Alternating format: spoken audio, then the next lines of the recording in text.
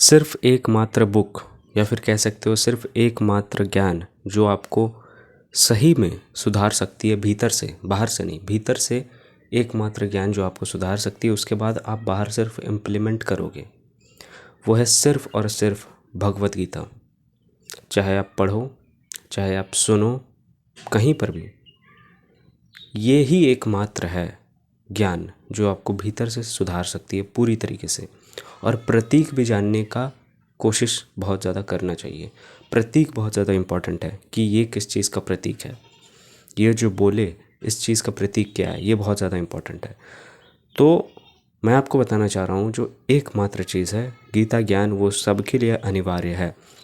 मैं अभी रिसेंटली कुछ दिनों पहले से आचार्य प्रशांत जी के गीता सत्रों से मैं जुड़ा हूँ और मैं सुन रहा हूँ, वीडियोस देख रहा हूँ, बहुत अच्छे हैं, काफ़ी अच्छे हैं। हालांकि मैं उनको यूट्यूब में भी बहुत पहले से सुन रहा हूँ, उनके लॉन्ग वीडियोस में भी देखा ही करता हूँ। तो एकमात्र चीज़ जो हम सबको भीतर से प्रभावित करती है वो है सिर्फ गीता। मजबूर कर देती है आपको, भीतर से आप जाग जाते हो। क्योंकि हमारी कैसी हालत है अभी पता है, हम सबकी हालत अभी अर्जुन की तरह है। दुर्योधन भी है, दुर्योधन जैसे लोग भी हैं, इस दुनिया में एग्जिस्ट करते हैं, लेकिन ज़्यादातर लोगों की हालत अर्जुन जैसी है। वो देख रहा है, देखो अर्जुन देखो क्या कर रहा है।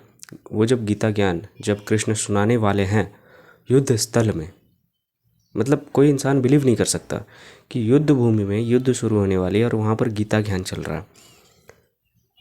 सोच के देखो बस, मतलब इम्पॉसिबल सा लगता है, लेकिन फिर भी ये चीज़ है। अर्जुन अब कंफ्यूज हो चुका है।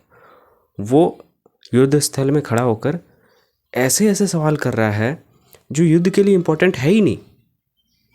वो ये नहीं सोच रहा है कि मैं पितामह को कैसे करके मारूंगा, गुरु द्रोण को कैसे करके मैं परास्त करूंगा, पितामह जिनको इच्छा मृत्यु की वरदान मिली हुई है उनको मैं कैसे करके मारूंगा। वो कन्फ्यूज़न नहीं हो रहा है, वो अर्जुन कन्फ्यूज़ उनके दिमाग में ये चीज़ नहीं है कि मैं किस तरीके से मारूंगा, कौन सा मैं उपाय लगाऊं कि ये मर जाए। वो नहीं सोच रहा है, वो सोच रहा है कि अब क्या होने वाला है।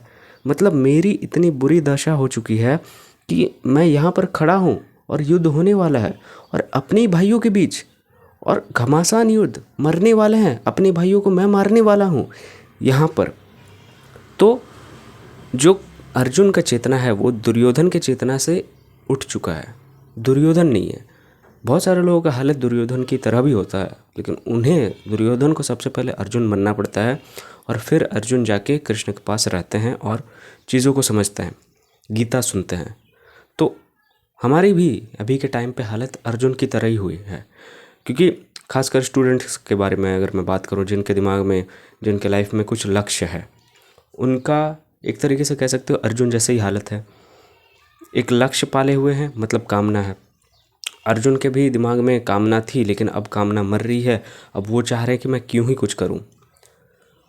लेकिन युद्ध तो हम सब कर रहे हैं, हम जानते हैं अपने आप को कि हम भी एक योद्धा हैं, हम भी कुछ कर सकते हैं। तो हमारी भी हालत अर्जुन की तरह ही है। यहाँ पर हमें सबसे इम्पोर्टेंट जो कंप्लीट भीतर से कर सकती है वो है सिर्फ गीता, वो है सिर्फ कृष्ण।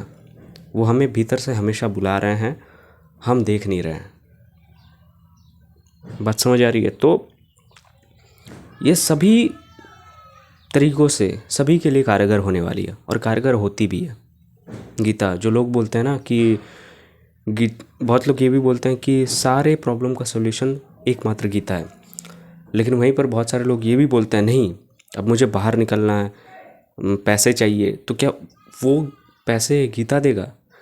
तो ऐसा नहीं है। लेकिन घुमा फिरा के इनडायरेक्टली जो जवाब आता है, जो सवाल आता है, जो ज्ञान नहीं होता है, वो गीता ना होने के कारण ही होता है। तो इनडायरेक्टली गीता सारे ही सवालों का जवाब आपको देती है। जीवन के जितने भी सारे सवाल होते हैं उन सारे सवालों के जवाब गीता में है। मूलभूत से जितने भी सवाल होते हैं, भीतर के सवाल, वो सब चीज़, उन सारी चीज़ों का जवाब गीता में है। तो गीता को इसीलिए बहुत ज़्यादा कारगर माना गया है। और आप सुन नहीं रहे हो तो पढ़ो, और पढ़ नहीं रहे हो तो मैं बोलूँगा सुनो। यूट्यूब में आचार्य प्रशांत जी के बहुत सारे ऐसे वीडियोज़ हैं, वो आप सुन सकते हो। बहुत सारी चीज़ों के बारे में अच्छे तरीके से उन्होंने एक्सप्लेन किया है, आप चाहो तो सुन सकते हो। और ये बहुत ज़्यादा इम्पॉर्टेंट है आज के टाइम पे। क्योंकि देखो हमारा अभी ऐसा हाल हो चुका है ना, जहाँ पर हम कुछ करने जाते हैं तब भी हमारे दिमाग में आलस आता है, और जब कुछ मिल रहा होता है और जब हम उस चीज़ को भोग लेते हैं तब हमें दुख ही आता है। और ये चीज़ जब बार बार हो जाए, तो उस वक्त हम अपने आप पे डाउट करने की कोशिश करते हैं, कन्फ्यूज़न हमारे दिमाग में बहुत ज़्यादा होता है। उसी तरह अर्जुन भी बहुत ज़्यादा कन्फ्यूज़ हो जाता है, शुरुआत में बहुत ज़्यादा कन्फ्यूज़ हो जाता है कि जैसे कभी कभी इंसान पाप करने में विवश क्यों हो जाता है। तो ये सब सवाल अर्जुन के ही मुख से निकल सकते हैं, दुर्योधन के मुख से उतने ज़्यादा नहीं निकल सकते हैं।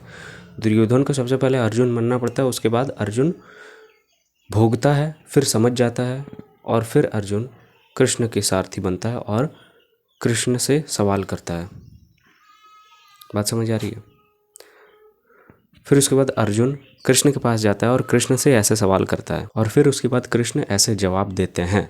अर्जुन जैसी हालत हम सबके अंदर है, हम भी रोते हैं, हम भी सोचते हैं, हम भी कोसते हैं खुद को। ये सब हालत अर्जुन की भी थी। अर्जुन भी कुछ करना नहीं चाह रहा, अर्जुन भी डर रहा है। अर्जुन किस बात पर डर रहा है? वो इस बात पर डर रहा है कि वो मेरे ही परिवार के लोग हैं, मैं उनके साथ कैसे करके फ़ाइट कर सकता हूँ, मैं उनको कैसे करके मार सकता हूँ, कैसे हरा सकता हूँ।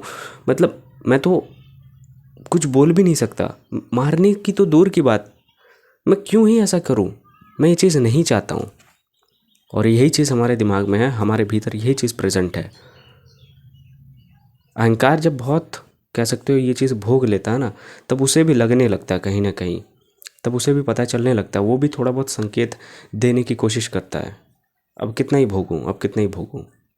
लेकिन पास में जब भोग रखा होता है, जब भोगने की दृष्टि से हम उस चीज़ को देख रहे होते हैं, उसके उस समय तो हम नहीं सोचते हैं, उस क्षण भर में तो हम नहीं सोचते हैं, लेकिन जब भोग लेते हैं उसके बाद हमें साफ दिखता है ये चीज़ दलदल था, ये कुछ था नहीं। उसके बाद वो कमी खटकती है हमें भोग लेने के बाद। तो यही चीज़ है, हमारे साथ भी यही चीज़ है, हम सबके साथ यही चीज़ है, और मैं बोलूँगा कि दुनिया के सारे व्यक्तियों के साथ सेम यही चीज़ है। हाँ, हम थोड़ा सा पाश्विक चीज़ों से आगे बढ़े हुए हैं, जैसा पहले हुआ करता था उन सारी चीज़ों से हम आगे बढ़े हैं, लेकिन वो चीज़ हमारे अंदर अभी भी प्रेजेंट है, अभी भी हमारे भीतर है, वो बसा हुआ है। हमें देखना है, बस देखने की देर है, समझने की देर है, हमें जानने की देर है, क्योंकि जब तक जानोगे नहीं तब तक समझोगे नहीं, जब तक जानोगे नहीं तब तक समझोगे नहीं, और जब तक समझोगे नहीं तब तक भटकते रहोगे। बात समझ आ रही है? सो इसीलिए लाइफ में कभी भी, हमेशा, एक बार नहीं, आप भगवत गीता को जितना बार पढ़ो उतना कम है।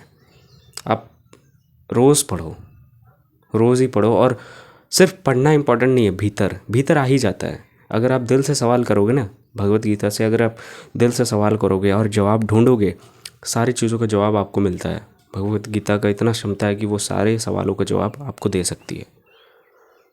बात समझ आ रही है? चलिए फिर, धन्यवाद, थैंक्स फॉर वॉचिंग।